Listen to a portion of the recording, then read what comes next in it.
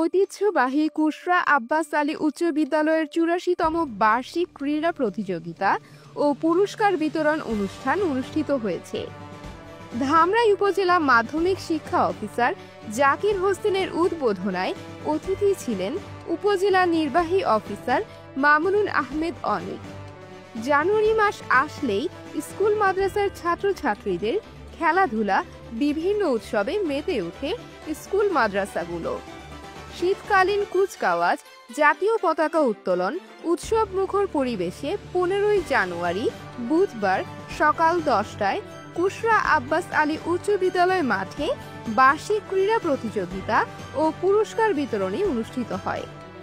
35টি ইভেন্টের প্রতিযোগিতার মাধ্যমে বিজয়ীদের পুরস্কার বিতরণী করা হয়।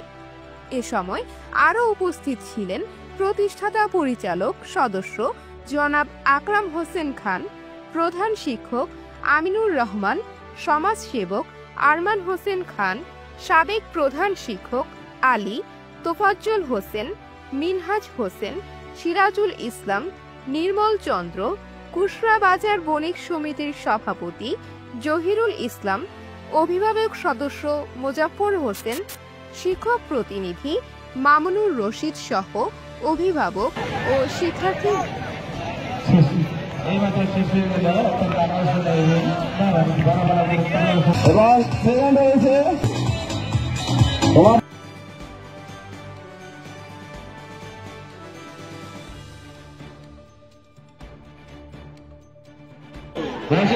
আসেন